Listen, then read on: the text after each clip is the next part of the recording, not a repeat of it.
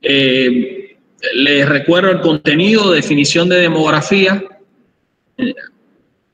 Recordar que la demografía es la ciencia que se encarga de el estudio de la población en términos cuantitativos.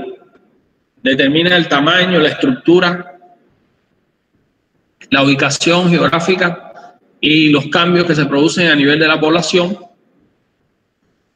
Se vale el análisis estadístico de la población. Recuerden, estadísticas importantes son las tasas de natalidad, tasas de mortalidad. Es importante que recuerden cómo se determinan estas tasas y cómo se interpretan.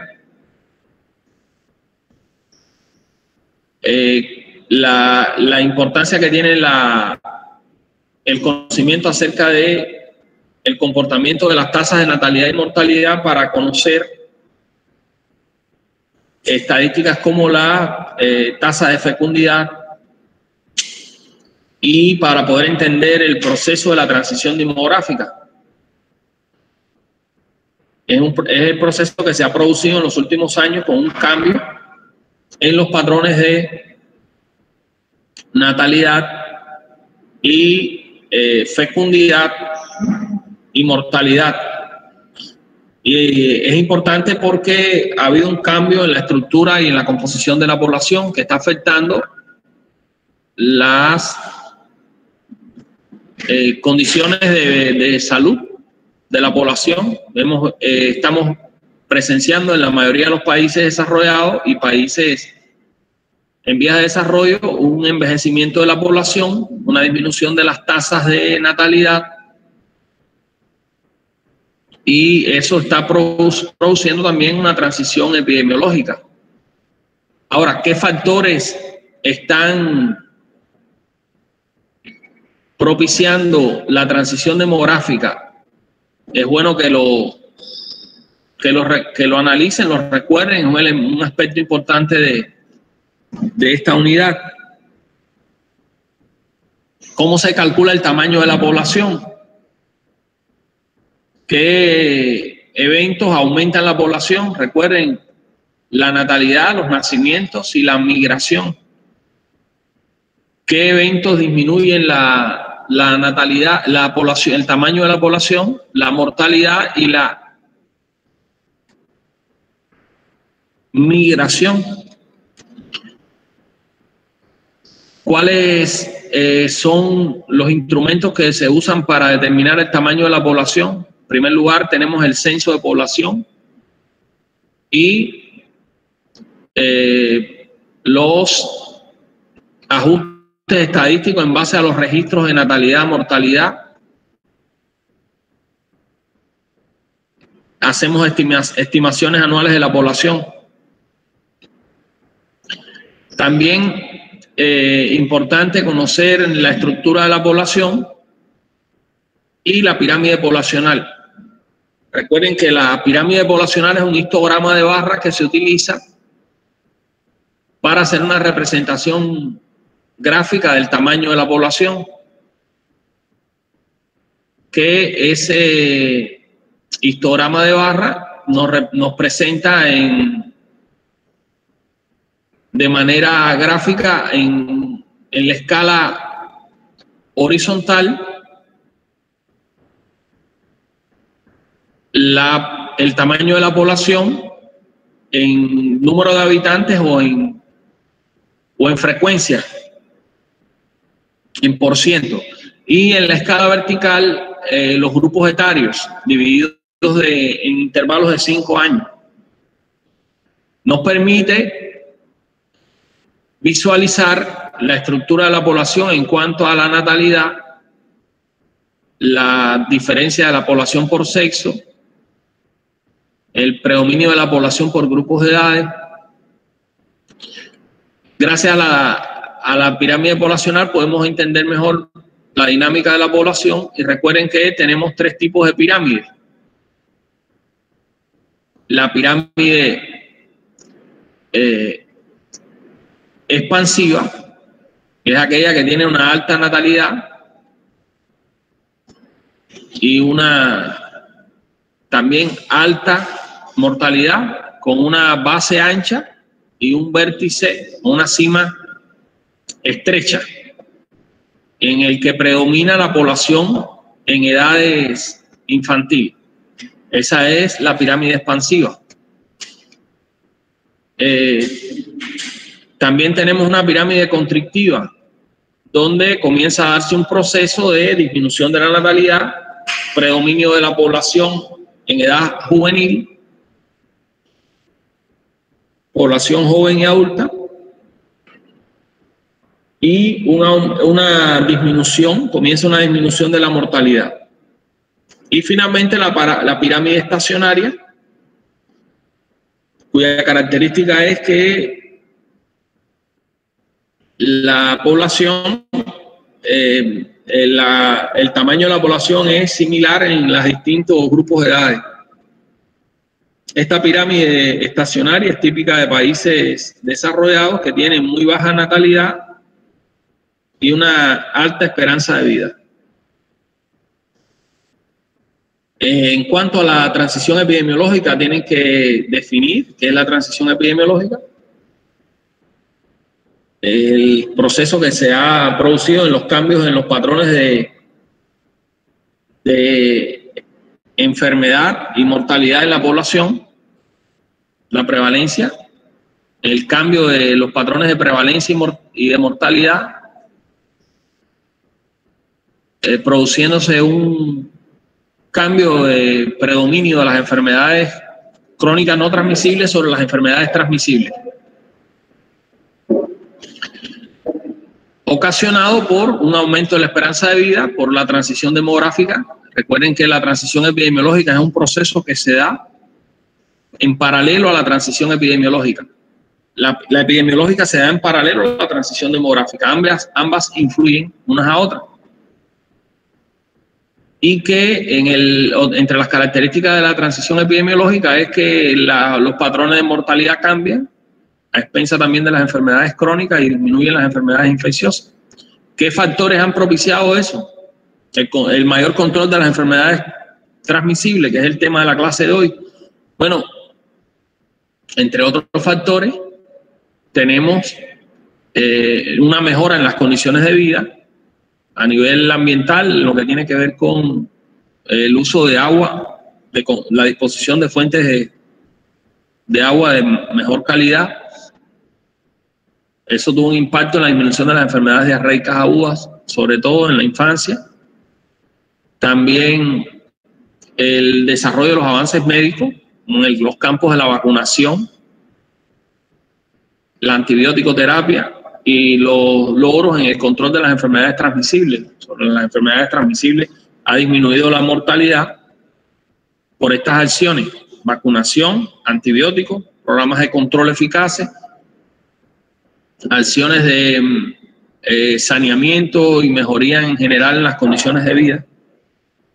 Aunque no se ha dado al igual la transición epidemiológica en todos los países, predominantemente esta transición se ha visto con más énfasis en los países desarrollados. Bueno, eso a grosso modo eran los elementos que tenían que estudiar en la unidad 3. En la unidad 4, importantísima, la historia natural de la enfermedad. ¿Qué es la historia natural de la enfermedad? Recuerden que es la evolución natural que tiene una enfermedad sin la intervención humana. Dejamos evolucionar una enfermedad y evaluamos cuáles son sus resultados. Según estos epidemiólogos, el doctor Liberi y el doctor Clark, establecieron que la historia natural de la enfermedad tiene dos grandes periodos: el periodo prepatogénico y el periodo patogénico. ¿Qué marca el inicio y el final de cada uno de estos periodos? ¿Qué características tiene el periodo prepatogénico? Es un periodo en el que el individuo está sano. Recuerden que hay equilibrio entre el huésped, el ambiente y el agente. que cuando ese equilibrio se ve roto, entonces aparecen cambios fisiopatológicos que son los que dan inicio al periodo patogénico de la enfermedad.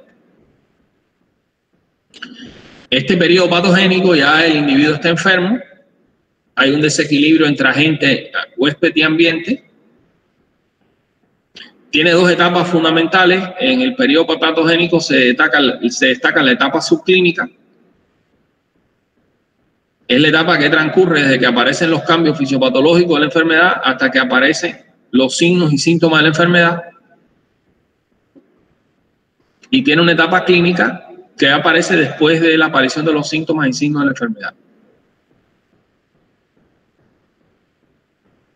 El resultado final de la enfermedad pueden ser la curación, la aparición de complicaciones, la aparición de secuelas y la muerte. Es bueno conocer cuándo comienza y cuándo termina cada etapa, porque ahí en el estudio de la historia natural de la enfermedad hay varios periodos que son de gran importancia estudiarlos y conocerlos, sobre todo porque nuestro objetivo es prevenir la enfermedad, neutralizarla, evitar la muerte, la complicación, el daño. Y para eso tenemos que hacer un diagnóstico precoz y un tratamiento oportuno. Es fundamental en esta fase preclínica hacer esta intervención, el diagnóstico precoz. Y también desde el punto de vista de las enfermedades transmisibles es importante conocer en una etapa subclínica, antes que la enfermedad se haya desarrollado, la duración de periodos como el periodo de incubación, que es el periodo que abarca desde la aparición de cambios fisiopatológicos hasta la aparición y termina con la aparición de signos y síntomas de la enfermedad. Es variable, por supuesto, el periodo de incubación en todas las enfermedades, pero es importante conocerlo. Hay un elemento muy importante que es el periodo de inducción de la enfermedad, que va desde que comienzan los cambios fisiopatológicos hasta que estos cambios fisiopatológicos se hacen evidentes, son detectables. Este periodo es muy importante en las enfermedades transmisibles, como no transmisibles, como el cáncer, por ejemplo. Es muy importante tratar de, durante este periodo, mediante la investigación, establecer métodos de diagnóstico precoz. Precisamente, una estrategia clave en el control de las enfermedades en la población es el diagnóstico precoz, que suele hacerse antes del diagnóstico usual. Según la evolución de la historia natural de la enfermedad, los pacientes acuden a realizarse el diagnóstico habitualmente después que experimentan los signos y síntomas de la enfermedad. Hay un tiempo variable, ellos acuden en busca de atención médica y en ese momento, después de la atención médica, es que se puede hacer el diagnóstico. Bueno, el tiempo que transcurre entre el diagnóstico precoz, en que podemos hacer el diagnóstico precoz, y en que podemos hacer el diagnóstico usual, es el conocido periodo de latencia, que es un concepto importante tanto en las enfermedades transmisibles como en las no transmisibles. Y también tenemos el periodo de ventaja, que es el tiempo en que transcurre entre el diagnóstico precoz y el diagnóstico usual, en el que podemos, mientras más nos adelantemos en este periodo, podemos incluso lograr el control, la prevención y que el resultado de la enfermedad sea más favorable. Los elementos de la cadena epidemiológica ya los acabamos de repasar todos. Es un objeto de aprendizaje en la unidad 4. No vamos a repetir sobre eso, que ya los componentes de la cadena epidemiológica, el reservorio y los tipos y las características y las vías de transmisión. Distintas vías de transmisión, la directa, la indirecta, por vectores. En la unidad 8 hablamos acerca de los niveles de prevención, mejor dicho, unidad 5, clase 8, niveles de prevención de la enfermedad. Y habíamos visto que según el modelo Oliver y Clark de historia natural de la enfermedad, tenemos varios niveles en los que podemos hacer prevención de la enfermedad. Estos niveles podemos clasificarlos en 3 niveles fundamentales, que son la prevención primaria, la secundaria y la terciaria. La prevención primaria se ubica en el periodo prepatogénico de la enfermedad, la prevención secundaria en el periodo patogénico y la prevención terciaria al final del periodo patogénico. Unido a esto, podemos hacer algunas acciones de prevención de la enfermedad, como son el fomento de la salud, que lo hacemos en el periodo patogénico, prepatogénico. El fomento de la salud se basa en potenciar la salud del individuo sano. Es una estrategia dirigida a toda la población en general. Y las acciones fundamentales son acciones de promoción de la salud. En el caso de la protección específica, ya es una acción sanitaria con enfoque de riesgo dirigido a individuos y grupos poblacionales en riesgo para evitar que la interacción con un agente causal produzca enfermedad. Ese sería el nivel de prevención primaria, en que podemos hacer estos dos tipos de acciones fundamentales. El otro nivel, ya una vez que la enfermedad no pudimos evitar su aparición y la enfermedad comenzó a desarrollarse en un periodo patogénico, el objetivo de la prevención secundaria es realizar un diagnóstico precoz y un tratamiento inmediato, o si ya una vez la enfermedad se estableció, limitar el daño de la enfermedad. Esas serían las dos acciones de prevención secundaria que se establecen en el periodo patogénico. Y si dado el caso de que hayan aparecido secuelas o complicaciones, entonces una quinta acción de prevención sería la rehabilitación, que ubicaríamos en el nivel de prevención terciaria, que consiste en acciones de rehabilitación física, mental y social, y la reincorporación del paciente a la vida, que pueda superar y proporcionarse los medios para la reinserción social. Estos serían los niveles de prevención en relación al modelo de Oliver y Clark de historia natural de la enfermedad. Recordamos 3 niveles: prevención primaria, secundaria y terciaria, y 5 acciones, que son el fomento de la salud, protección específica, diagnóstico precoz, limitación del daño y rehabilitación, y poder entender en qué etapa de la historia natural de la enfermedad ubicamos cada una de estas acciones.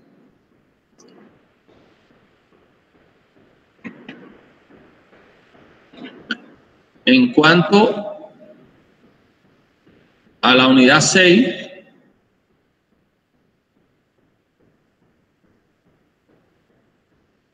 el tema de la unidad 6, el método epidemiológico, etapas del método epidemiológico. Vimos que el método epidemiológico es la aplicación del método científico en la epidemiología, que transita por 3 etapas fundamentales, que son la observación, el planteamiento de hipótesis y la verificación de las hipótesis de investigación, que es importante en la epidemiología observacional definir las variables tiempo, espacio y persona. Hay definiciones importantes: cuáles son las variables que se relacionan con el tiempo, como por ejemplo la duración de los síntomas, el tiempo de aparición de los síntomas, la duración de la enfermedad, el periodo de incubación. También la variación de la enfermedad a nivel poblacional en términos de estacionarios en épocas del año. La variación de la enfermedad en cuanto a las tasas de prevalencia e incidencia. Eso sería la variable tiempo. La variable espacio es la ubicación geográfica, el lugar exacto, la calle, el barrio, el país, el estado, si es una zona geográfica, una zona rural, una zona urbana. Y la variable persona incluye la edad, el sexo, el nivel ocupacional, el nivel socioeconómico, hábitos y costumbres de las personas. Estos serían variables importantes en la investigación epidemiológica. El otro elemento que vimos y repasamos hoy en la clase de hoy es la investigación de brote. ¿Cuándo hacer una investigación de brote? ¿Qué criterios indican de que se ha producido un brote de enfermedad? ¿Cuáles son las etapas que tenemos en la investigación de brote? En orden cronológico, desde la confirmación de la ocurrencia del brote, identificación de casos, notificación, definición operacional de casos, búsqueda activa de casos, planteamiento de hipótesis, investigación, verificación de la hipótesis,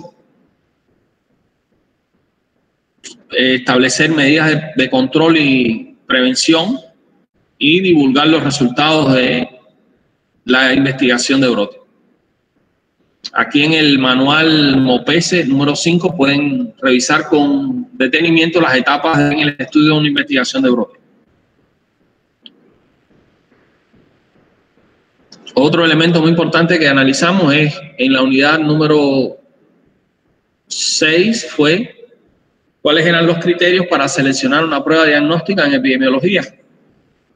Queríamos definir qué pruebas podemos usar a nivel poblacional para poder identificar la mayor cantidad posible de individuos sanos y que las pruebas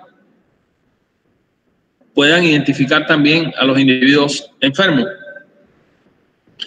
Y en base a eso hay dos elementos muy importantes en toda prueba diagnóstica en epidemiología, que son las variables sensibilidad y especificidad.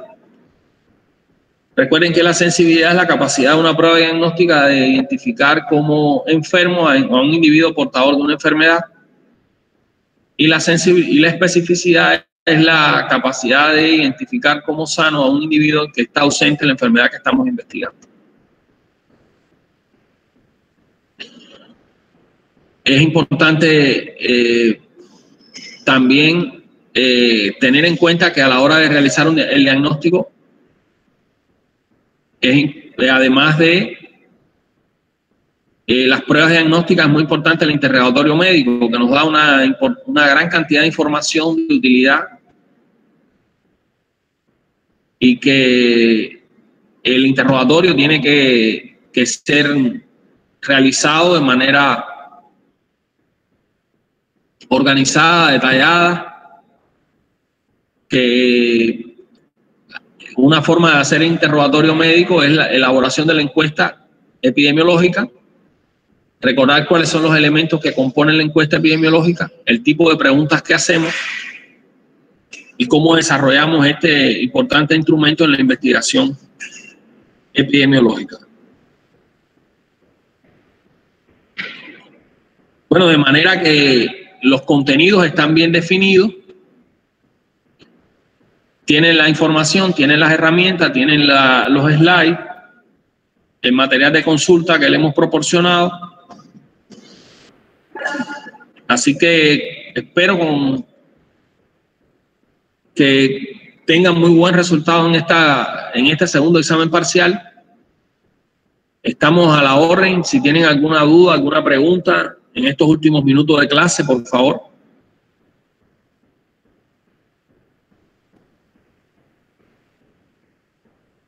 Entonces, si no hay más preguntas, no hay duda, podemos entonces ir reportando su asistencia a través del chat para cerrar la clase entonces.